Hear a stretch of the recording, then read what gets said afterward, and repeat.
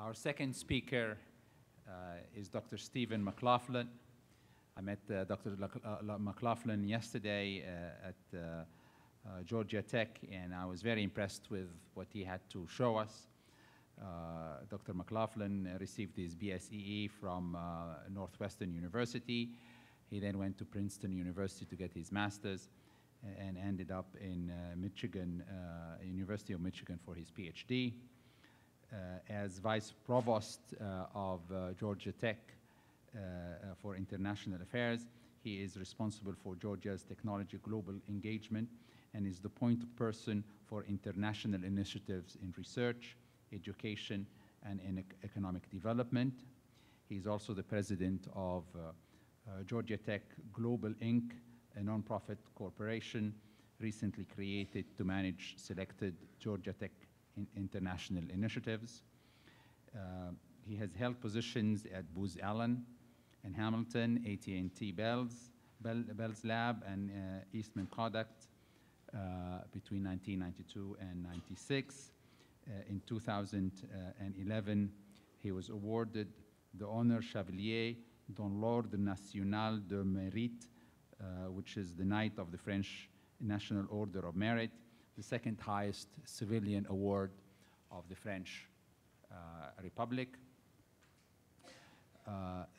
He is also the first Georgia Tech recipient of the Presidential Early Career Award for Science and Engineers. Steve, the floor is yours.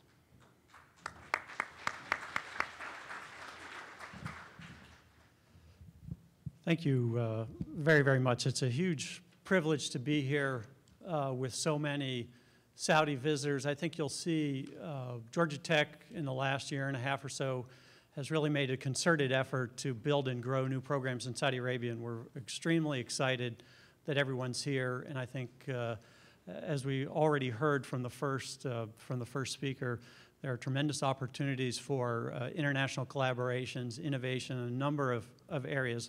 Today, I want to focus really on two areas. As Dr. Alawi said, he described kind of the innovation process that's being infused in Saudi Arabia. I'll try to give you a view of one U.S. university on how it is we're trying to make our faculty and students more innovative. And then I also talk about global engagement and why some of these international partnerships are so important to us. I think... So I want to say a little bit about Georgia Tech. We did host a group of people yesterday, really had a wonderful discussion around who it is we are and what it is we do. I think it's important for any institution to really describe who it is we are and who it is we want to be. Georgia Tech sees itself as defining the technological research university of the 21st century. We've just completed a 25-year strategic plan. And that strategic plan says a lot of the things that you would expect: innovation, leadership and research, preparing students for global careers, entrepreneurship, and so on. And it's really the global piece, global partnerships, that we see as key to differentiating Georgia Tech from many other institutions. You can see we have about 1,000 professors. We have a very unique research mission, something called the Georgia Tech Research Institute, which has an additional 1,100 researchers. We have a number of colleges. Kind of an interesting statistic, 98% of our students get degrees in engineering, science, business, and architecture. So from that perspective, we are not a comprehensive institution. We are a relatively narrowly focused institution, which we think is in the real sweet spot of where it is we need to be for helping to develop a knowledge-based economy.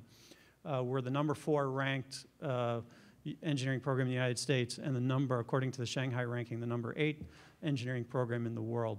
I think, of course, we're very, very proud of that, but I think what's really emblematic of Georgia Tech is the rate of change that's occurred on our campus that really mirrors the tremendous growth within the southern U.S.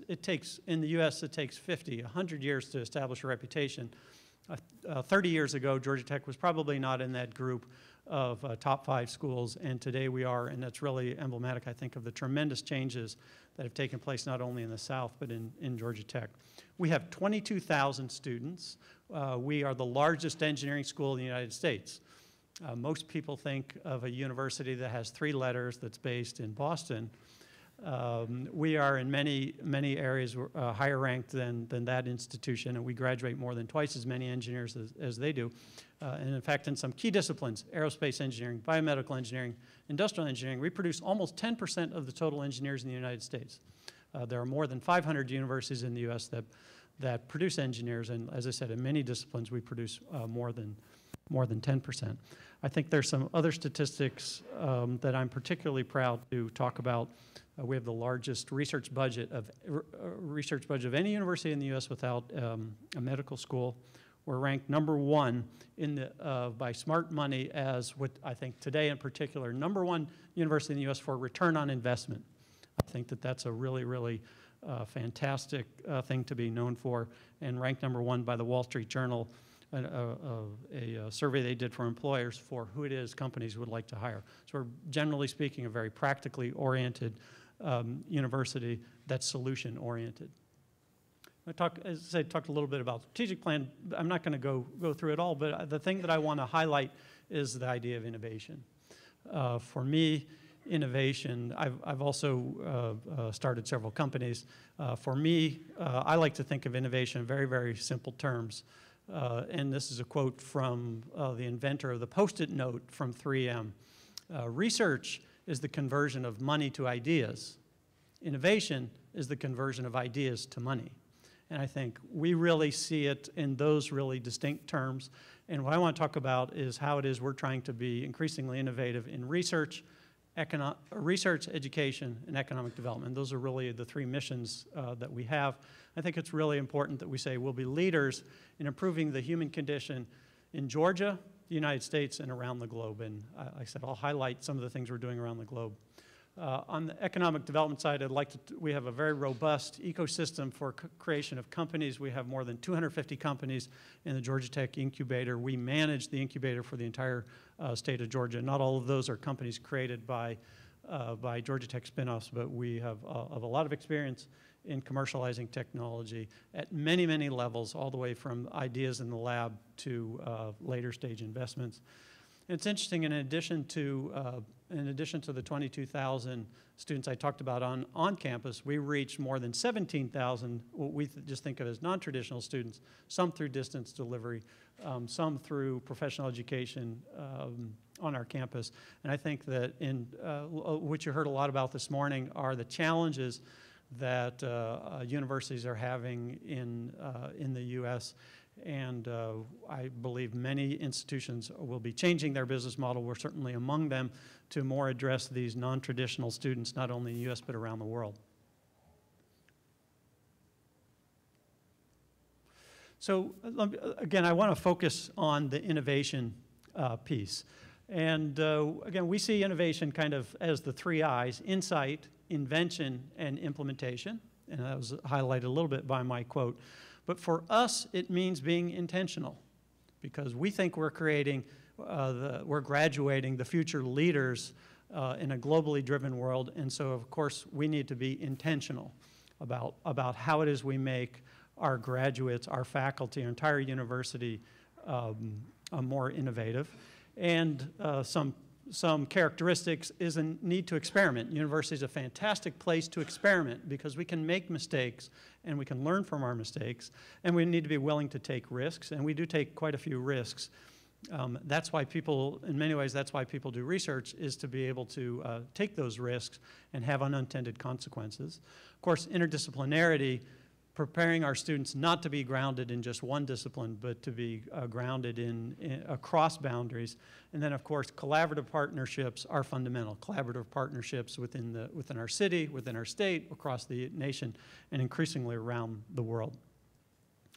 So what do we invest in the ecosystem? As we said, it requires being intentional about the ecosystem on our campus. We really see as 3 components. I'll say 2 are easy, and 1 is the hardest. People, really it means recruiting, finding the very best people in the world. students, faculty, working very, very, very hard to attract the very best and brightest, and really creating and focusing increasingly on creative, flexible, and competitive individuals, and really putting in place a system that's a return on investment model. We invest in our students, we invest in our faculty, and we expect there to be a return on that investment. Resources. Resources is all about infrastructure, the kind of facilities that Dr. Jazar talked about, really world-class facilities in a number of areas. As the largest engineering school in the U.S., we really do research in essentially every area and invest very, very heavily in resources, not only physical infrastructure, but something that we call creating environments, and those are environments where collaboration can take place. And culture, I think, really continues to be, certainly is the least tangible asset, but probably the most important asset. We think we have a very creative and innovative culture on our campus, and I think we're learning a lot recently. And I'm going to show you a video in a second, and the real innovation more and more comes from being able to listen to our students, and I think you'll be excited by some of the things that I will show. But again, having the right culture of collaboration and putting in place incentives for people to be able to think creatively and out of the box.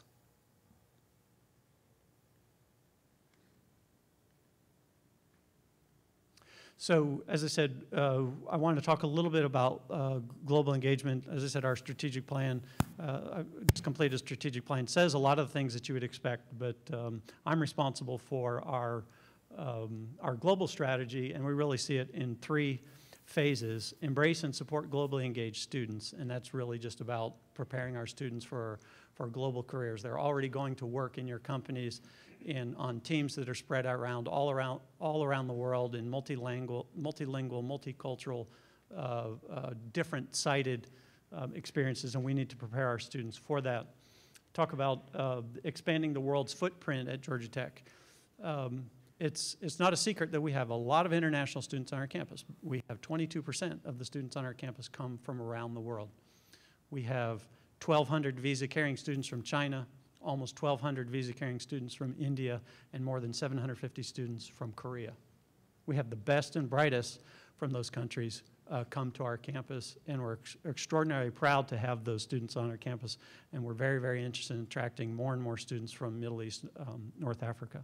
We also have a number of innovative things, which if I have a little bit of time, I'll say more about. It's not just about students coming to our campus, it's about global companies coming to our campus and governments. The Korean government has recently opened an office on our campus to do research, education, economic development, and really tap into this ecosystem that we've got. I'd be very happy to talk more about that.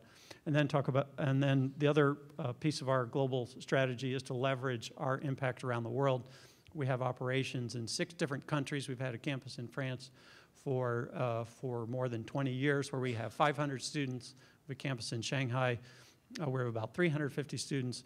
And as I said, over the last year and a half, we've been very seriously exploring partnerships in the Gulf region, which I'll highlight a little bit right now. So again, I want to, before I talk about our partnerships in the kingdom, I want to say a little bit about global strategy and why it is. So let's face it, universities are late to the game of globalization.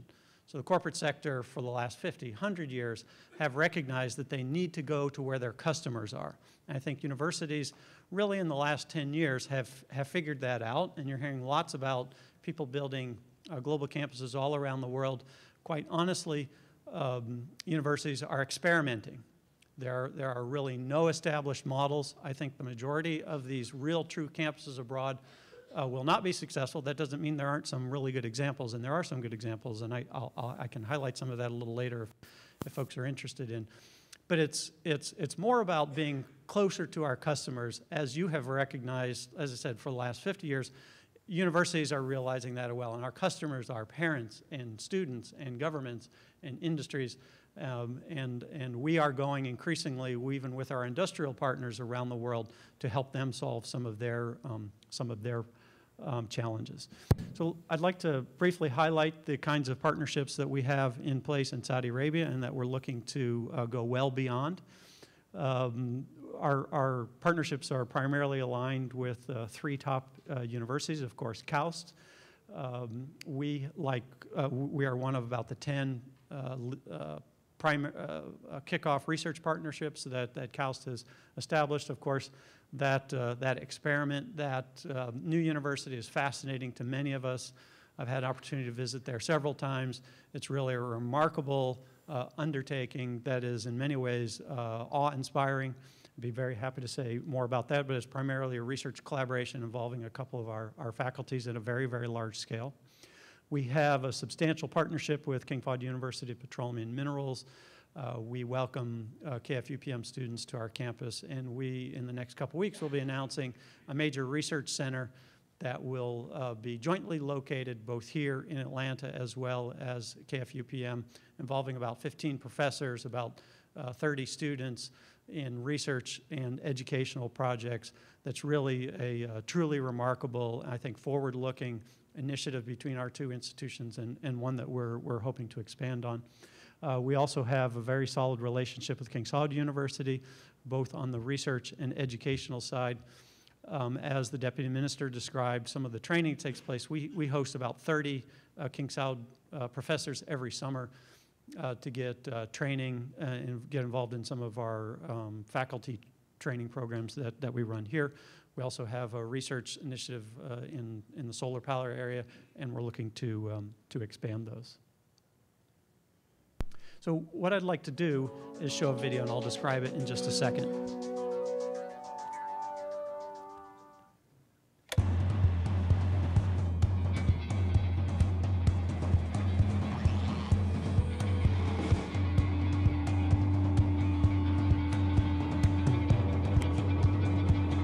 Let's hear a cheer for your teams. We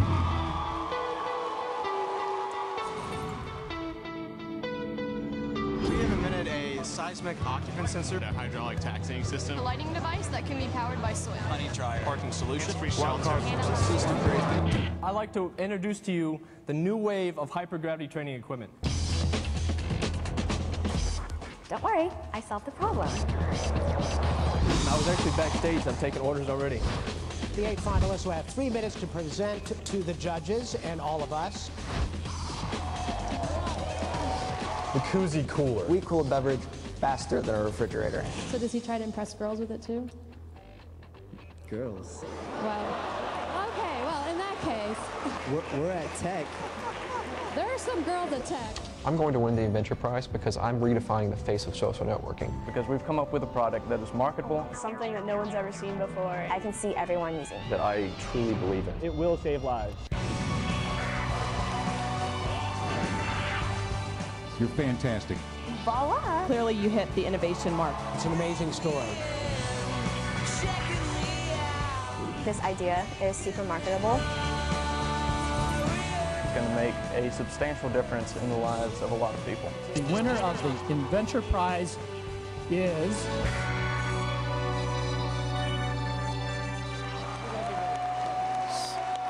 So you might recognize that as American Idol for Nerds, which is what it is. We call it, this is an entirely Georgia Tech run competition for our students. It's a broadcast. We've been doing this the last 3 years, broadcast live on television.